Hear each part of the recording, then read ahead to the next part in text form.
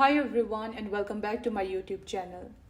This is Dr. Ruby and we are back with another very important topic on educational psychology. That is Theory of Multiple Intelligence by Howard Gardner. And in this video, we will understand in most simple words about Howard Gardner, the famous theory of multiple intelligence given by him, the various types of intelligence, and finally, the educational implications. In learning any theory or say philosophy, understanding educational implication is so important because as educators, we need to know how to use it in real life. What does this theory mean for how we teach, how students learn, and how we can improve education? When we talk about these implications, we are making sure that what we learn isn't just theory, but something we can actually apply in our classrooms to make a real difference for students. And in this video, we will understand the implications in most simple words with easy to understand examples. If you are new to this channel, we take classes on education subject. We have a playlist called Educational Philosophy where we have covered both Indian and Western perspectives. We have also a playlist on government educational policies and schemes. You can check them out, and currently we are in the series of educational psychology. This is our 9th class and I'll provide the links to the previous classes in the description below. Also, I want to let you know that we have started daily MCQs on educational psychology, where I will be posting one MCQ daily for you to solve, which you can find in the short section. So if you are yet to subscribe to this channel, please subscribe now and press the bell icon to get notified every time I upload a new video. Now, let us begin by first discussing the man behind this theory, Howard Gardner. Howard Gardner, born in 1943, is an American developmental psychologist and professor at Harvard University. He gained widespread recognition for his book called Frames of Mind, which was published in 1983, in which he introduced the theory of multiple intelligence. Unlike traditional theories that focused on a singular intelligence measured by IQ, Gardner suggested that intelligence is much more complex and multifaceted. He proposed that there are different kinds of intelligence, each equally important in our daily lives. Now, let us dive into the core of Gardner's theory. Howard Gardner believed that intelligence is not something you either have or don't have. Rather, he argued that everyone has a combination of several intelligences but in different proportions.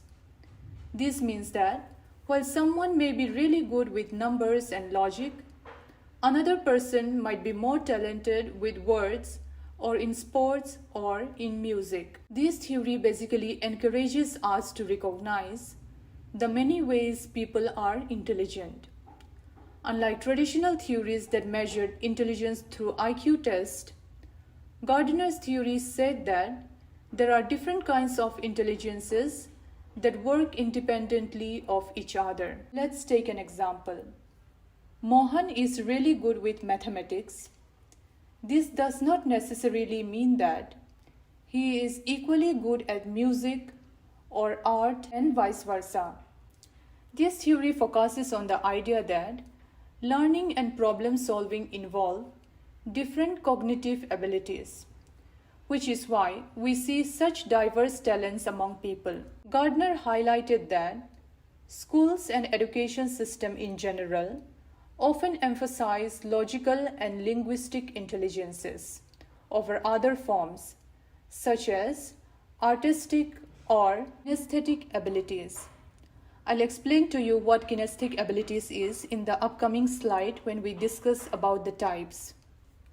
So according to Gardner, this approach neglects the unique strengths of many students. Gardner did not suggest that one form of intelligence is better than another. Rather, he believed that each type of intelligence has value depending on the context. For example, In a community, we need people who excel at organizing, communicating, creating, and understanding others' emotions, among many other talents. Now, let us break down the different types of intelligences that Gardner identified, so you can understand how this theory really helps us look at learning in a broader, more inclusive way. Starting with linguistic intelligence. This is the ability to use words effectively, whether in speaking, writing, or even thinking in words.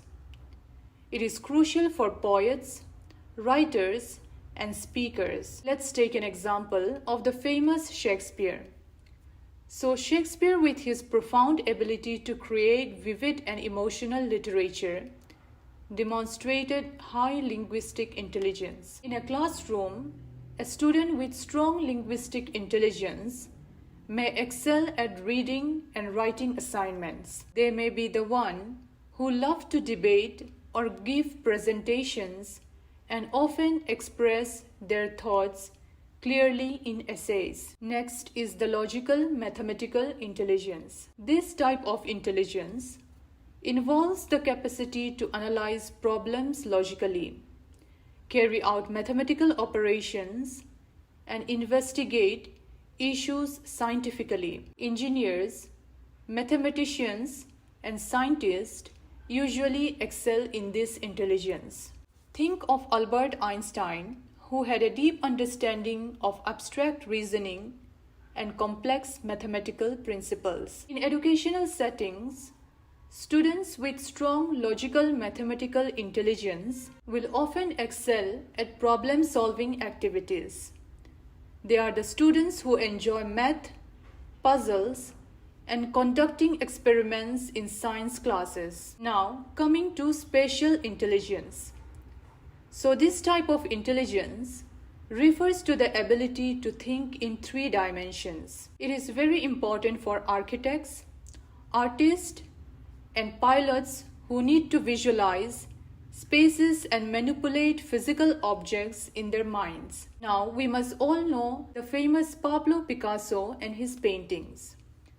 So Picasso, for example, demonstrated high spatial intelligence through his innovative art styles that played with visual perceptions. In a classroom, a student with strong spatial intelligence might excel in geometry, enjoy drawing or sculpting, and may be more engaged in lessons that provide maps, graphs, or visual aids. Next is bodily kinesthetic intelligence. This is the ability to control one's bodily motions and handle objects skillfully. Dancers, athletes, and surgeons often possess this type of intelligence. For example, Michael Jordan's ability to navigate a basketball court or a surgeon's steady hands during a complex operation are clear examples of bodily kinesthetic intelligence at work. Students with this intelligence often learn best through physical activities, hands-on learning, or movement-based tasks. They may prefer to act out scenes in drama or participate in sports. Next, musical intelligence. Musical intelligence is the sensitivity to rhythm, pitch, and tone. This type of intelligence is highly developed in musicians, composers, and conductors. Let us think about Ravi Shankar, the legendary Indian composer whose compositions have left a lasting impact on classical Indian music and have influenced musicians worldwide. Here, a student with musical intelligence often do well in music classes. They might prefer to study while listening to music or use rhythms and songs to help them memorize facts. Next is the interpersonal intelligence. This is the ability to understand and interact effectively with others. It's often seen in teachers, social workers, and leaders. Mahatma Gandhi with his profound ability to inspire and connect with large group of people, exemplified high interpersonal intelligence. Students with interpersonal intelligence are often natural leaders in group activities. They can mediate conflicts, understand others' emotions, and are usually good at collaborating on projects. Now, coming to the intrapersonal intelligence. This refers to the capacity to understand oneself, one's own emotions, motivations, and desires. Philosophers and psychologists often excel in this type of intelligence. Think of someone like Sigmund Freud, as we are studying psychology now. So Sigmund Freud, he had a deep understanding of his own internal mental processes. In a classroom, students with intrapersonal intelligence may prefer to work independently. They are often introspective, reflective, and may set personal goals to guide their learning. Next, naturalistic intelligence. This intelligence refers to the ability to recognize and categorize natural elements such as plants, animals, and environmental patterns. Charles Darwin's observations of the natural world that led to his theory of evolution are a classic example of high naturalistic intelligence. Students with this type of intelligence often thrive in nature-based activities like biology, environmental science, or outdoor projects. They are typically interested in ecosystems, animals, and conservation efforts. Finally, existential intelligence. Existential intelligence is the ability to ponder profound questions about human existence, such as life, death, and the universe. Philosophers, theologians, and existential thinkers excel in this type of intelligence. In educational settings, students with existential intelligence might enjoy subjects that deal with philosophy, ethics, or deep reflective discussions about life's meaning. Now, let us move on to the educational implications. Here are 6 key ways this theory can have a transformative effect on teaching and learning. Number 1. Personalized learning experiences. Gardner's theory emphasizes the need for differentiated instruction. Teachers should design lessons that cater to various intelligences, allowing students to engage with the material in a way that matches their strengths. For example, a lesson on World War II can include a group discussion for interpersonal learners, a timeline activity for logical learners, and a diary entry from a soldier's perspective for linguistic learners. Next, fostering students' engagement.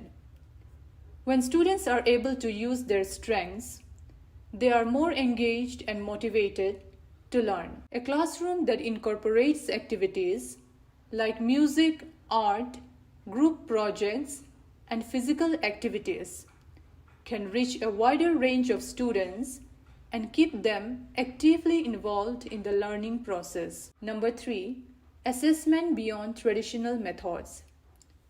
Instead of relying solely on exams and written tests, educators can assess students in various ways that align with different intelligences. For example, a student with strong spatial intelligence might be assessed through creating models of visual presentations, while a musically intelligent student could create a song or rhythm to demonstrate their understanding. Number 4, encouraging collaboration. Gardner's theory fosters an environment where students can collaborate and bring their unique skills to the table. Group projects can be designed to assign tasks based on each student's dominant intelligence.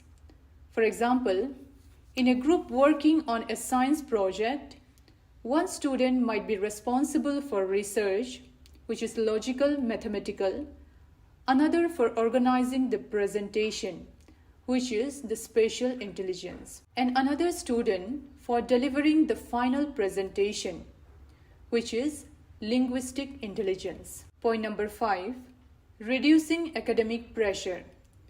By recognizing that intelligence is not one-dimensional, Gardner's theory helped reduce the pressure on students to perform well in every subject. Students can focus on developing their unique strengths without feeling inadequate in areas where they may not excel. For example, a student who struggles with math but excels in music can still feel valued and successful. Finally, holistic development. Gardner's theory promotes the holistic development of a child by valuing all intelligence equally. Schools can offer a more balanced curriculum that includes physical education, arts, music, and interpersonal activities, in addition to traditional academic subjects. This approach helps nurture well-rounded individuals who are prepared for diverse challenges in life. So that was all on today's class on Gardner's theory. I hope you liked the video. Please let me know in the comment section.